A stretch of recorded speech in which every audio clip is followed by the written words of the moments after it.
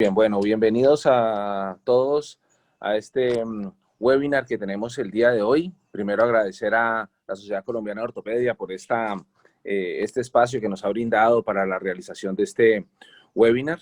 El día de hoy tenemos una charla que es fijación externa para la corrección de deformidades postraumáticas del adulto. Esta está a cargo del doctor Fausto Díaz Granados. El doctor Fausto Díaz Granados es ortopedista y traumatólogo de la Universidad del Valle.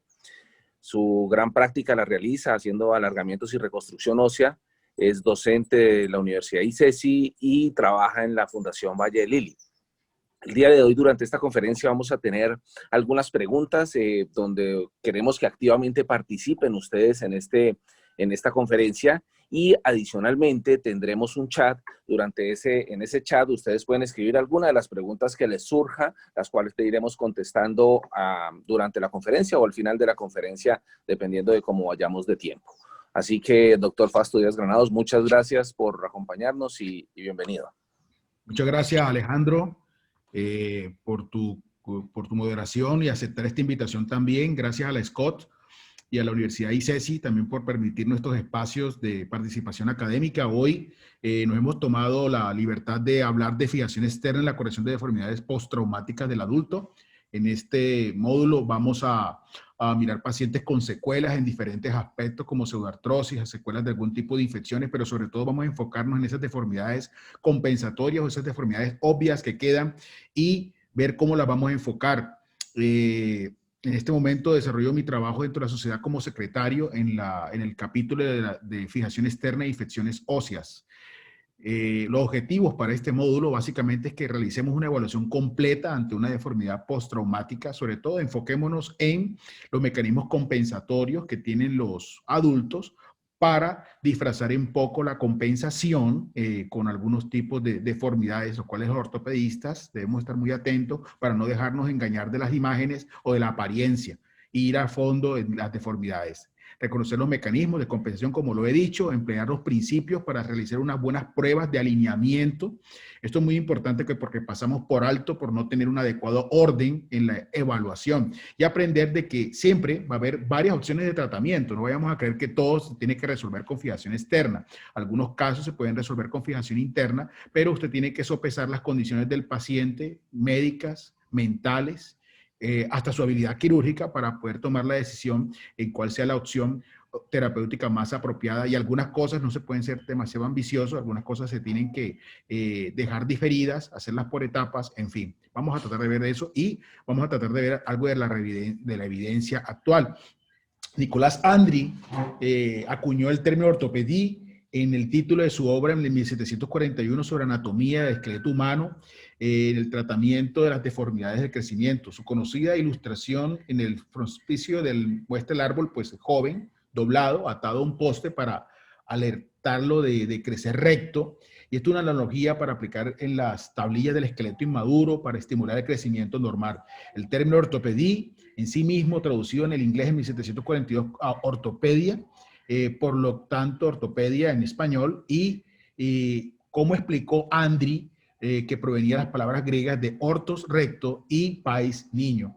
En el caso del tratamiento de las deformidades de los adultos postraumáticas, a diferencia de las deformidades del crecimiento, generalmente tenemos la ventaja de que esas extremidades alguna vez estuvieron en su posición normal, es decir, el hueso, los nervios, los músculos, los tejidos blandos, estuvieron una vez en su longitud normal. A menudo, sin embargo, la presentación puede ser tardía y acompañada de contracturas secundarias y adaptaciones que requieren una evaluación cuidadosa de cada caso de manera individual. Entonces, en esta revisión vamos a discutir algunos métodos de diagnóstico, análisis, pronóstico de las deformidades postraumáticas del adulto, y vamos a concentrarnos en el miembro inferior, como estas extremidades se pueden tratar con fijación externa.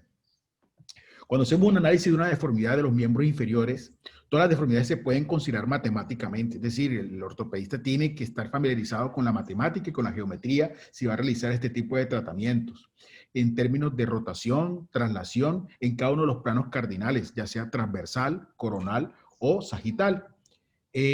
Voy a colocar aquí primero un caso de secuelas de fracturas de tibia infectadas y defectos óseos y del peroné. Este es un paciente de 32 años, lo conocimos en el 2018, se le hizo una estrategia de control del daño y de ahí se desapareció aproximadamente unos 12, 14 meses.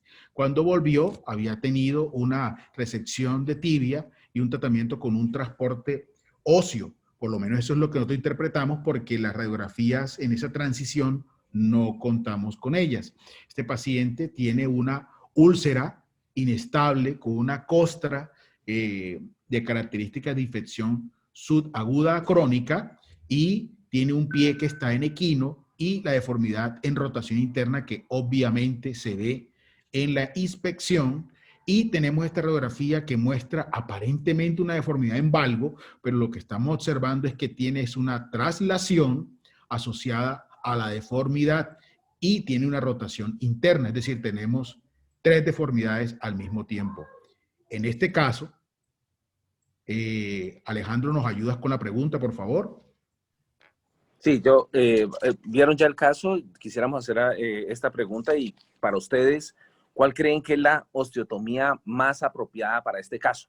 Aquí les ponemos las opciones. Está la A, que es la osteotomía en el sitio de la deformidad, la B, que es la osteotomía intrafocal, la C, que es la osteotomía transfocal, o la D, que es la osteotomía parafocal. Quisiéramos que por favor voten sobre cuál creen ustedes que es la osteotomía más apropiada que consideran ustedes para este caso. Ahí les damos un tiempito para que cada uno vote, por favor.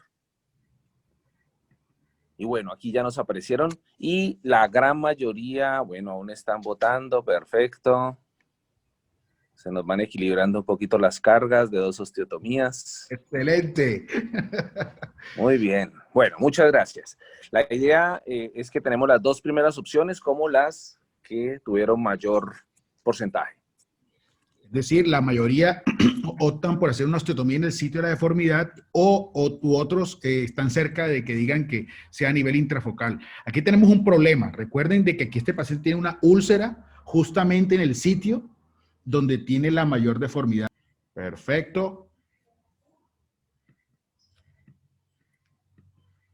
Entonces, observen que este paciente tiene una deformidad justamente en el sitio donde tiene la úlcera y tiene todo este problema y hay una deformidad translacional. Entonces, hacemos este análisis y idealmente tendríamos que hacer 2 osteotomías para poder lograrlo. Sin embargo, donde estaría uno de los cores de resolución del paciente, no lo podemos hacer por esa úlcera que hay allí. En este caso, optamos por una osteotomía parafocal, es decir, una osteotomía cerca al sitio de la deformidad para tratar de hacer el alineamiento. Lo hicimos de esta manera. Después aquí ya puedes hacer compresión, distracción del foco y obtienes un adecuado alineamiento y por supuesto a los 3 meses obtuvimos la consolidación y pues con ese estado de la piel y úlceras posteriores, pues mi decisión fue que después de corregir el equino y hacer este tratamiento, le hicimos alargamiento del Aquiles, por supuesto. Este paciente lo pasé, fue un yeso, no le puse absolutamente nada por dentro porque el estado de tejidos blandos realmente no lo permitía. Hoy contamos con herramientas móviles y fáciles de utilizar, como el Bond Ninja, donde hace una lista de chequeo como la que muestro aquí a un lado, donde usted ningún aspecto lo deja por fuera. Cada uno de los ángulos, desde la parte proximal hasta la parte distal, están claramente allí, de manera que usted obtenga un test de alineamiento completo del paciente. Esta herramienta no solamente cuenta con esta parte, sino también de ejercicios prácticos y además tiene algunas, yo le llamaría memofichas. Para nuestra generación es fácil recordar eso, de manera de que usted tiene unos gráficos que le permiten recordar los ángulos, pues si no los quieres memorizar. Entonces, este otro caso, un caso de una pseudoartrosis por una fractura segmentaria de tibia, aparentemente cabalgada, me lo mandan con esta radiografía, el paciente ya han pasado para el momento de que lo voy a evaluar 10 meses de su fractura y no ha consolidado. Veo un espacio en la diáfisis que me lleva a pensar de que esto probablemente no va a consolidar, pero me llama la atención el examen físico que el paciente tiene un varo, aunque en la radiografía aparentemente se ve bien alineado. Tomo un test de alineamiento y efectivamente el paciente tiene un genuvaro, como decía algún profesor, de nación o de nacimiento, es decir, hace parte de una variante anatómica del paciente. Esto no hay que entrar a tratarlo, sino observarlo y hacer recomendaciones básicamente. Este paciente finalmente con la pandemia terminamos esperando el proceso normal de la fractura y finalmente pegó. Cuando tenemos deformidades muy proximales o muy distales, nos ocurre frecuentemente que el eje del MAD no cambia mucho. No cambia mucho, pero tenemos el lado contrario para comparar la situación del paciente. En este caso, esto es un paciente masculino de 54 años que tiene una deformidad en varo por una pseudoartrosis subtrocantérica del fémur del lado izquierdo, con un clavo que está quebrado en fallo. Y miren los mecanismos compensatorios que tiene. El paciente hace equino y usted aparentemente la pelvis la ve casi que al mismo nivel. Pero realmente el paciente, si usted se da cuenta, las líneas articulares de la rodilla no están al mismo nivel y está haciendo un equino compensatorio. Entonces, siempre tengan mucho cuidado cómo interpreta la radiografía y haga un examen físico cuidadoso del paciente antes que tome una decisión errada. Aquí hicimos un test de alineamiento en el cual comparamos cada uno de los ángulos y nos damos claramente cuenta que en la parte proximal hay algunas alteraciones. Las deformidades causan un grave problema en la marcha y un grave problema en las articulaciones. Sin embargo, los estudios aún no terminan de determinar a largo plazo si finalmente se daña la articulación. Lo cierto que sí está comprobado es que si el paciente tiene algún grado de artrosis, esta empeora con algún tipo de deformidad. Y también es cierto que si ha empezado la artrosis y cursa con una deformidad, corregirla le ayuda mucho al paciente para tratar de prevenir el efecto deleterio en el cartílago, lo cual no tiene remedio hasta el momento.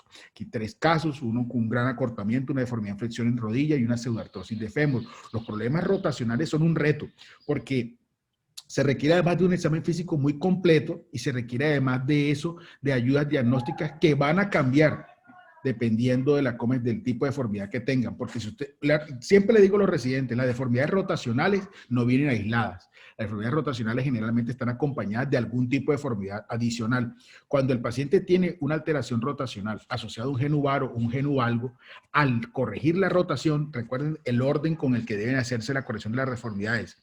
RTA, rotación, traslación, angulación. Entonces, cuando hacemos la consideración de corregir la rotación, ya la angulación ya va a cambiar. Es probable que gran parte de la angulación cambie. En ese momento es cuando entramos a hacer una decisión. Por eso tenemos que ir preparados por más. Hay que hacer examen físico completo y en esas situaciones hay que complementarlo con la tomografía, pero aún reconozco que eso no es suficiente. En este caso, un paciente que tiene una alteración en el plano sagital.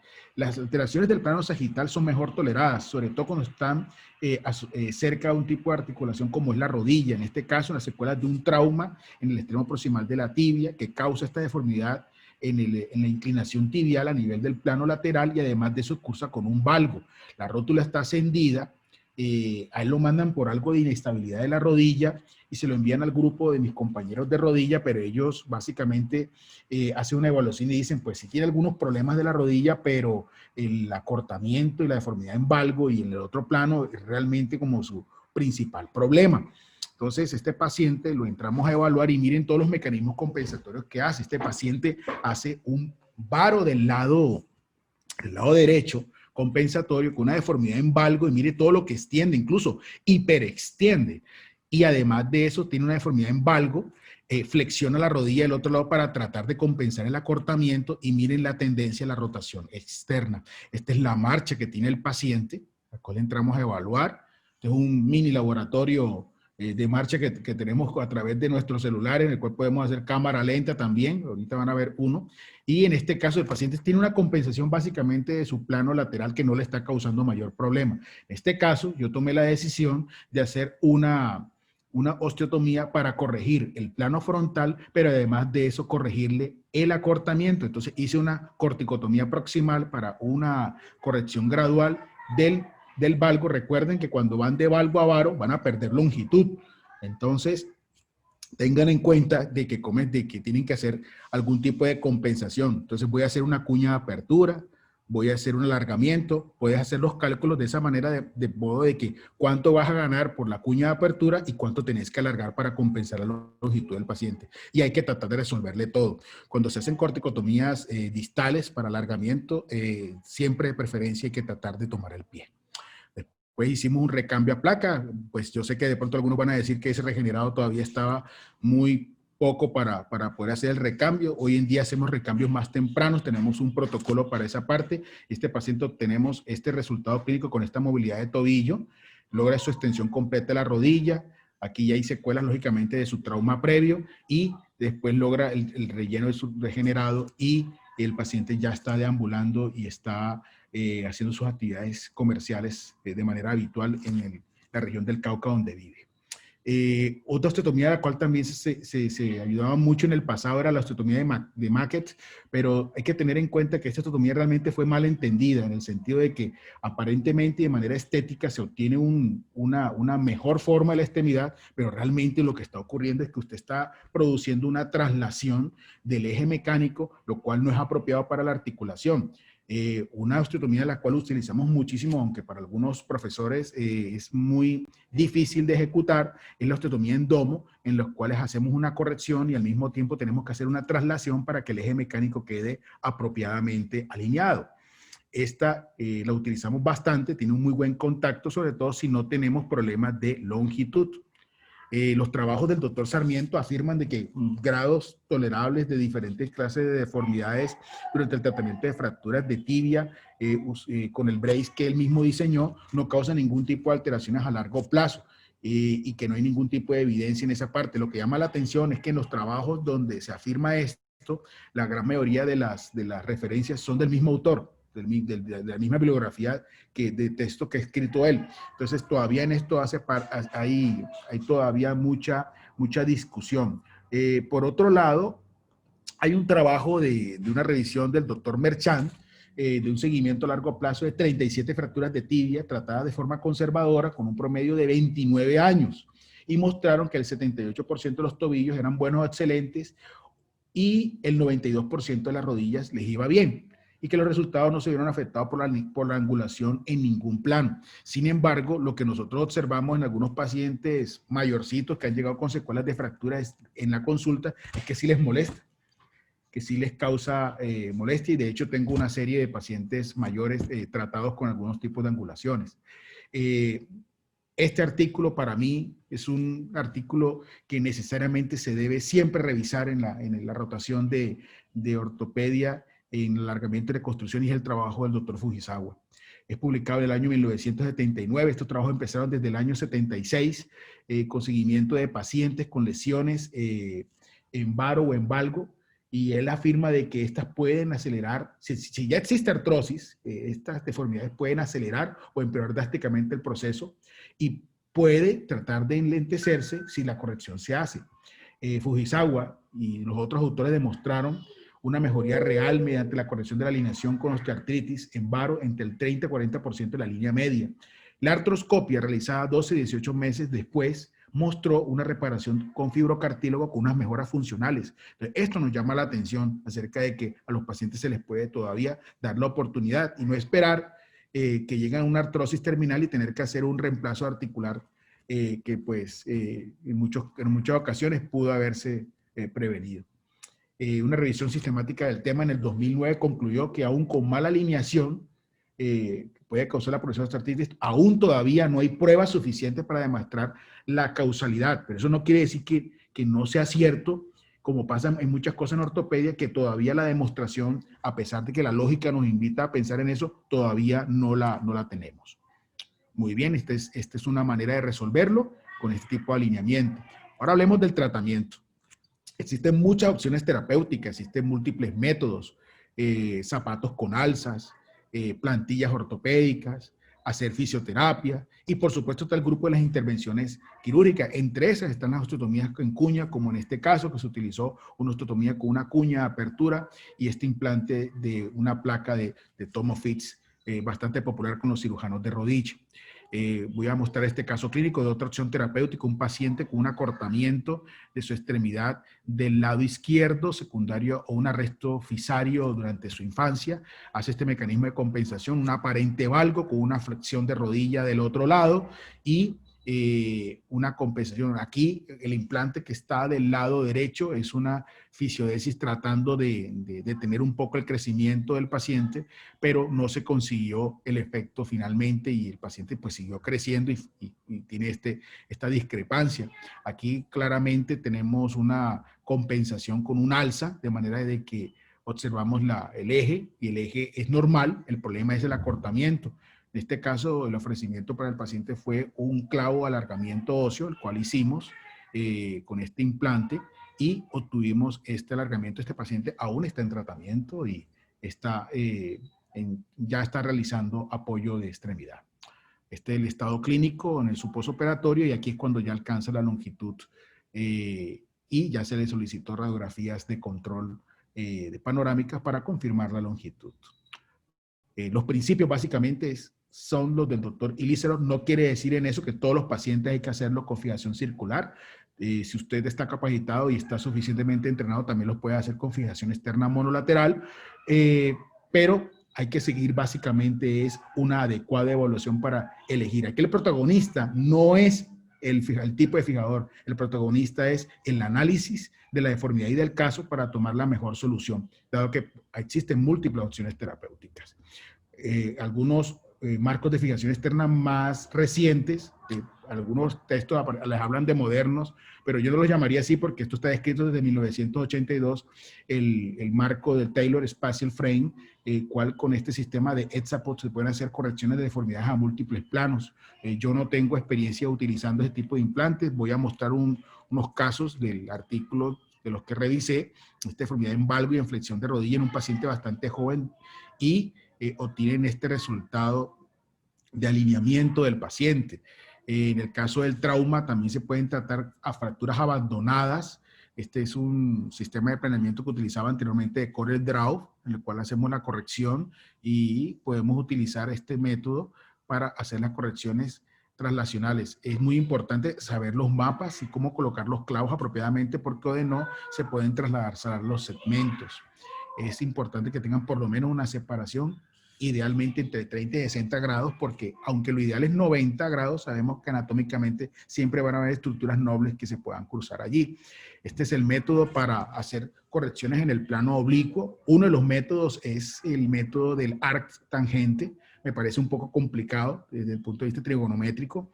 Lo hemos aplicado, pero existen otros métodos como el método de la planificación con el plano cartesiano, en el cual podemos ubicar el vector de corrección de la deformidad en el plano oblicuo y además de eso, ¿dónde vamos a ubicar las dos bisagras y el motor en oposición de fuerzas para poder lograr la corrección? Y este es un ejercicio que habitualmente siempre lo hacemos en los talleres en Medellín con el doctor León Gonzalo Mora. Puedes hacer un prearmado del aparato, eso es una buena técnica, lo utilizamos por muchos años, lo que pasa es que se vuelve cada vez más difícil el tema con las centrales de esterilización, entonces generalmente tenemos planificado lo que vamos a hacer, dibujado, tenemos una lista de chequeo de lo que vamos a realizar y hacemos el prearmado durante la preparación anestésica del paciente. Es un buen recurso, pero siempre tenemos que ser conscientes que se van a hacer ajustes y cambios durante la colocación, sobre todo cuando se van a ubicar bisagras y motores. Este aparato, como lo que he nombrado, el ETSAPOT es un excelente herramienta, de manera que le permite hacer correcciones a múltiples planos. Aún no está al alcance de nosotros. Esperaremos que se popularice un poco más para que sea más asequible y tiene un software en el cual ingresa los datos para hacer la corrección. Es un excelente método, es difícil, hay que familiarizarse con la plataforma. Hay dos métodos, uno que es con planificación pre y otro que es con planificación post. Yo prefiero la pre, entonces es un mecanismo bastante llamativo a futuro, aunque debe seleccionarse para casos realmente muy difíciles y que no podamos resolverlo con los métodos tradicionales. Esto es un caso cortesía del doctor Carlos Castillo de Bogotá, cirujano de pie, quien tuve la oportunidad de compartir con él en un entrenamiento en la ciudad de Verona, Italia, y hicieron una corrección de una lesión en tobillo, más una lesión a nivel de la pierna a múltiples planos.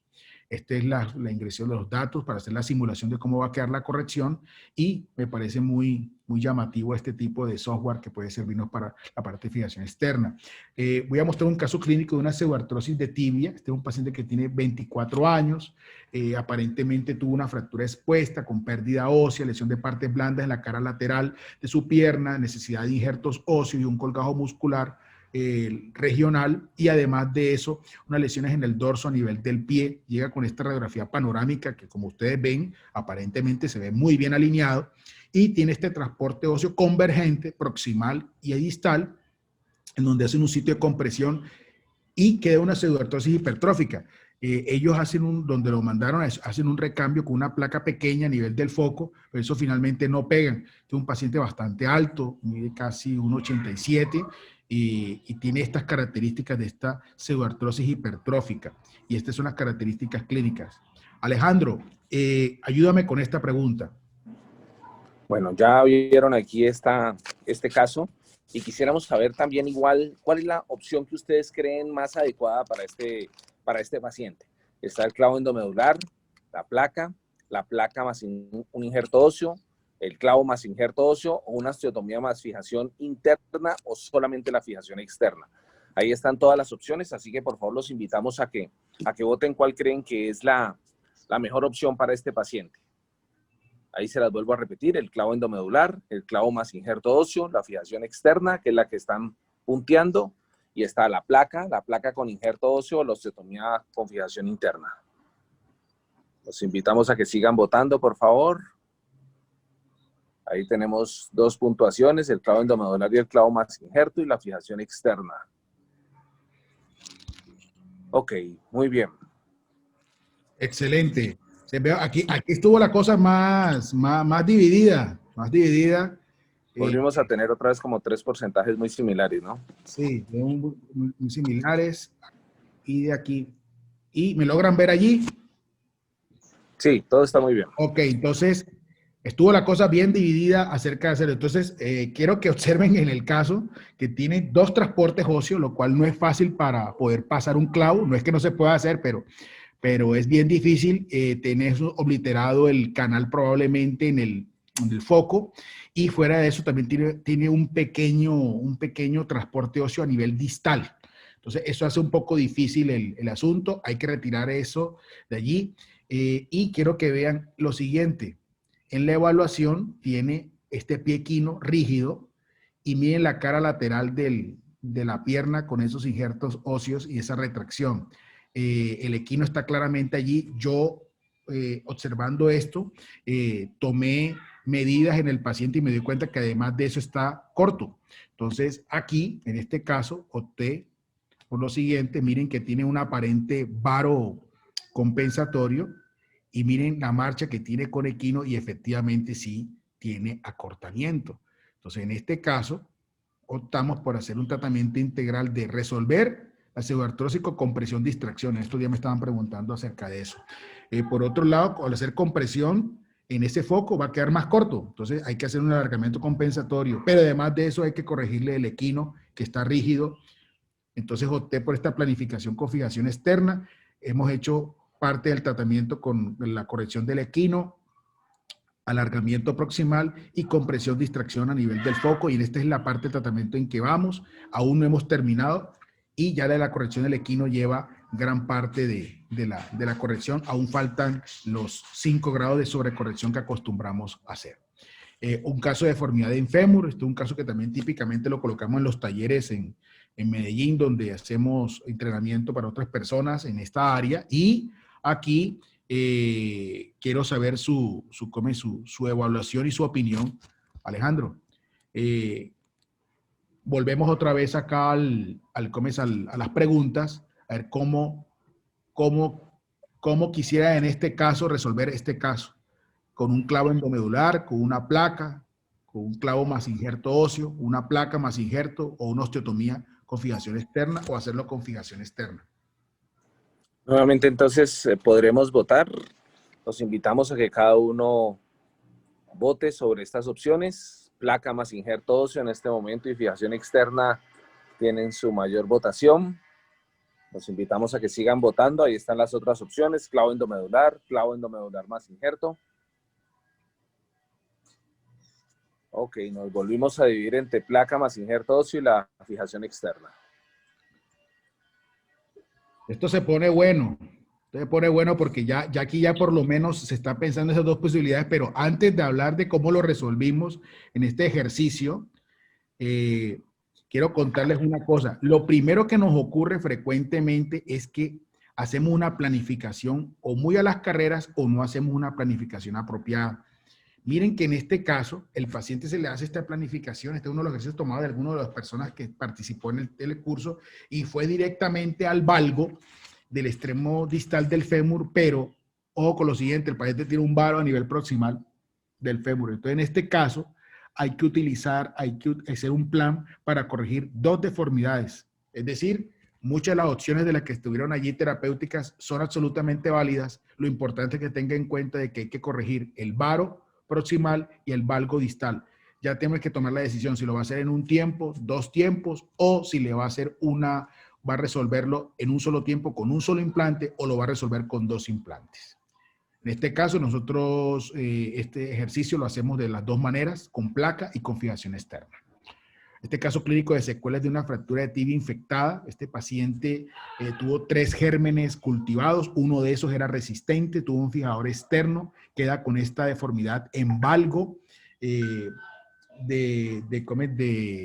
rodilla y además de eso tiene un acortamiento, no tiene alteración rotacional y manda unas radiografías, el paciente llegó ya con unas radiografías al consultorio y observo esta radiografía panorámica de miembros inferiores que me muestra un acortamiento, una deformidad en valgo, pero me llama la atención que también tiene una deformidad en antecurvatum del lado izquierdo. Entonces, una pseudoartrosis hipertrófica del peroné que nunca consolidó, y hago este siguiente análisis. Vamos a analizar el plano frontal y observo aquí que tiene un valgo. Por otro lado, observo que tiene un antecurvatum. El valgo que tiene es de 9 grados y el antecurvatum es de 7.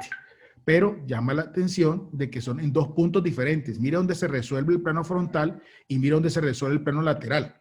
Entonces, ¿ahora qué hago? Tengo 2 coras en 2 planos diferentes y ¿cómo puedo resolver esta situación? ¿Ya? En este caso, volvemos otra vez y votemos. ¿Cuál sería la opción terapéutica que usted escogería? Adelante, Alejandro. Entonces, aquí tenemos nuevamente estas opciones: el clavo endomedular, la placa, el clavo más injerto óseo, la placa más injerto óseo, la osteotomía más fijación interna o la fijación externa. Les recuerdo para los que van a votar, si están en su computador, en la parte izquierda del auditorio, si están en su PC, dando escape, ahí les va a salir la parte para que ustedes puedan votar, para aquellos que lo hacen desde su computador. Así que los invitamos a que voten, por favor, en este caso. Tenemos entonces el clavo endomedular, el clavo más injerto óseo, la osteotomía más fijación interna. Ahí va subiendo y otra vez se nos están empatando 2. Nuevamente hay empate en el primer puesto, con 2 opciones. Muy bien, perfecto. Entonces tenemos el clavo endomedular y la osteotomía más fijación interna, cada uno con 33%. Bueno, la gran mayoría de nuestro auditorio se fue con esas 2 opciones. Excelente, excelente. Bueno, les recuerdo de que el paciente tuvo 3 gérmenes cultivados y uno era resistente. Eso es muy importante tenerlo en cuenta porque aún no contamos con exámenes que realmente nos puedan comprobar si un paciente tiene infección o no. La otra cosa, esto es una deformidad en el plano oblicuo,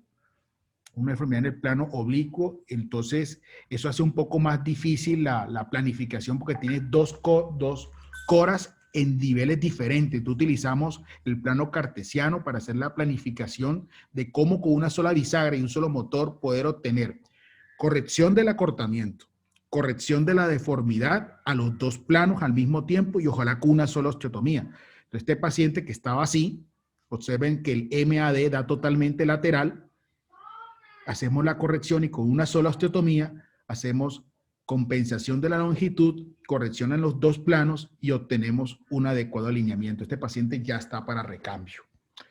Este último caso, un caso clínico de una osteomielitis endomedular postraumática. Esto es un paciente que tiene 52 años, es fumador, síndrome depresivo. Lamento no tener las radiografías cuando tuvo el clavo puesto, porque yo lo había visto 6 meses antes de su segunda evaluación. El paciente se me perdió durante todo ese tiempo. Tuvo un episodio infeccioso y entonces le quitaron el clavo. El problema era que la fractura no había consolidado y se deformó en varo. Yo aparentemente pensé inicialmente que esta era una pseudoartrosis rígida o aparentemente no se movía, quizás era por la parte del peroné. Esta es la resonancia que trae este institucional que yo le había solicitado, era un TAC, pero finalmente lo que lo autorizaron fue una resonancia, y esta resonancia es con el clavo endomedular puesto, lo cual hace muy difícil la interpretación si no hay los adecuados filtros. Entonces tenemos una sospecha de infección en un paciente fumador con un síndrome doloroso regional complejo crónico de muy difícil manejo, y además de eso el paciente no se le ve como tanta adherencia a los tratamientos previos, debido a que el paciente se nos perdió 6 meses para volver. En este caso, la planificación nos apunta a 2 posibilidades terapéuticas: o hacer una osteotomía parafocal para alinearlo y colocar algún tipo de implante, o aquí tienen las 2 opciones: hacerlo gradualmente a través del fijador externo de Ilizarov o hacerlo a través de clavo. En este caso, volvemos y votemos por última vez. Esta es la última pregunta. Tenemos las mismas opciones: clavo, placa, clavo más injerto óseo, placa más injerto, osteotomía más fijación interna o fijación externa. Adelante, Alejandro. Bueno, vamos nuevamente a este caso a definir cuál creen ustedes que son las mejores opciones para este caso. Los invitamos a que voten. Ahí estamos. Inicialmente la fijación externa es la que va primero. Tenemos clavo endomedular y placa también como otras opciones para este tratamiento de este caso. Pero creo que la fijación externa es la que nos ha ganado en este momento con un amplio margen.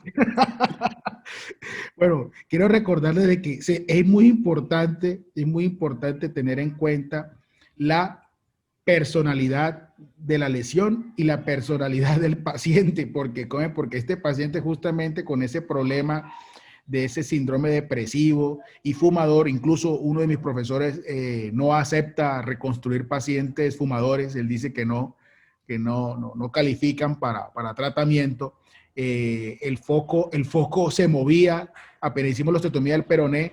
De paciente opté por un clavo endomedular con antibiótico, hice la corrección en un solo plano, utilicé estos postes y obtuve un adecuado alineamiento. Y este paciente está en proceso de consolidación y rehabilitación. El resumen de todo esto es que, primero, el mal alineamiento se relaciona con artrosis, pero que aún faltan estudios confirmatorios. Por otro lado, una vez se ha producido artrosis, la corrección de la deformidad puede mejorar los síntomas. Eso es muy importante tenerlo en cuenta. Y hay que tener un método sistemático del análisis de las deformidades, porque es que no podemos hacer juicios a la ligera. Hay que tomarse un tiempo de planificar, trazar las líneas, ver cómo está el paciente realmente. Yo hago una evaluación que se llama la evaluación de las 9 vistas, de manera que usted realmente se convenza de cómo está el paciente en todos los planos y haga un adecuado registro de eso para tener tiempo de repasar varias veces. Generalmente yo les hago 2 evaluaciones. La base sólida del tratamiento es el análisis de la deformidad, y esto es supremamente esencial. Quiero darle muchas gracias por la oportunidad y quedo atento a las preguntas que quieran realizar en estos minutos que nos quedan. Los invitamos a todos a que hagan sus preguntas a través del chat. Lo encuentran ahí, como les dije, si es a través del computador. Hay un icono de preguntas y respuestas que lo utilizan en la parte izquierda de su computador, dando escape, y ahí lo van a encontrar. O si están a través de un teléfono celular, lo pueden hacer a través del icono de chatear que se encuentra a mano derecha, donde ponen más. Ahí van a encontrar el de chatear y ahí pueden encontrar las preguntas que ustedes quieran hacer. Así que los invitamos a que hagan sus preguntas para el doctor Díaz Granados. Fausto, muy buena conferencia, muchas gracias. Muchas gracias, Alejandro. Este es un tema que es bien complejo, sobre todo porque incluye unas secuelas muy importantes para los pacientes a largo plazo, ¿no? Son tratamientos muy largos y en muchas ocasiones se falla en este intento por ir mejorando la calidad de los pacientes. Yo quisiera oír tu opinión sobre todo en estos procesos, el tiempo en el cual uno lleva estos pacientes hacia una mejoría y lo que has podido ver en tus pacientes en cuanto a la evolución de estos pacientes. Lo mencionabas ahorita de la artrosis, en el que el paciente que hace artrosis mejora los síntomas cuando se corrigen las deformidades angulares. Quisiera saber tu experiencia y sobre todo en el tiempo, cómo lo has visto en este tipo de pacientes. Sí, tienes razón, Alejandro. Yo a partir del entrenamiento que hice, tuve la oportunidad de ver pacientes de seguimiento de 5, 10 y hubo una paciente que tenía un seguimiento de 17 años con osteotomías alineadoras alrededor de la rodilla que evitaron en un momento dado que el paciente llegar a un reemplazo articular de la rodilla y las implicaciones que tiene de esto. Ahora, con respecto al tiempo del tratamiento, el esfuerzo que hemos hecho en los últimos tiempos es de tratar que utilicen el fijador externo el menor tiempo posible, porque entre más prolongado sea este, hay mayor síndrome depresivo, infección de los trayectos de los clavos, dolor, reingresos a urgencias. Entonces, tienen que tener un seguimiento muy cercano. Y además de eso, hay que hacer todo lo posible para que el paciente de manera eficiente se logre hacer el recambio a fijación interna. Ahora, aquellos que no necesiten el aparato de fijación externa, ya por lo menos hoy por hoy contamos con elementos para poder hacer la compensación de la longitud con aparatos de fijación interna que le permiten hacerlo. Desafortunadamente, aún son muy costosos, pero deben seleccionarse muy bien los casos para poder lograrlo como el que les mostré allí con el déficit de longitud sin alteraciones infecciosas. Bueno, hasta ahora no tenemos preguntas en nuestro chat, en los dos chats. Creo que ha sido supremamente clara tu conferencia, esa es la razón por la cual todo quedó resuelto y no necesitan hacer preguntas. Muchísimas gracias, muchísimas gracias a Alejandro, al Scott, por esta oportunidad. Los pusimos a madrugar en esta oportunidad a todos, pero queríamos compartirles estas experiencias y este aprendizaje a través de casos, que me parece la manera más práctica de lograr ver las cosas. A veces cuando nos quedamos en la parte teórica de modelos, no logran ver la implicación que tiene, pero cuando lo hacemos a través de casos clínicos, realmente tenemos una aproximación mejor, sobre todo para ponerlos todos a opinar. Importante, aquí no hay respuestas correctas o incorrectas. Aquí lo que se trata es de que cada quien en su medio, con los recursos que tiene, tratar de resolverle los problemas al paciente, pero de una manera segura y eficiente. Algunas cosas no se pueden resolver inmediatamente, toca esperar un tiempo para poder hacerlo, pero es muy importante que tengan en cuenta de que hay centros especializados en caso de que no puedan resolverlos, donde puedan enviarlos para poder resolverle apropiadamente al paciente toda su situación. Bueno, creo que damos por terminado este webinar. Muchas gracias a la Sociedad Colombiana de Ortopedia por este espacio y por este webinar que hemos tenido el día de hoy. Muchas gracias, doctor Fausto Díaz Granado, por la excelente presentación y por conceptos tan claros y tan didácticos en esta conferencia. Así que muchas gracias a todos por haber estado aquí y muchas gracias a la Scott nuevamente. Que pasen un buen día. Muchas gracias a todos. Un feliz día.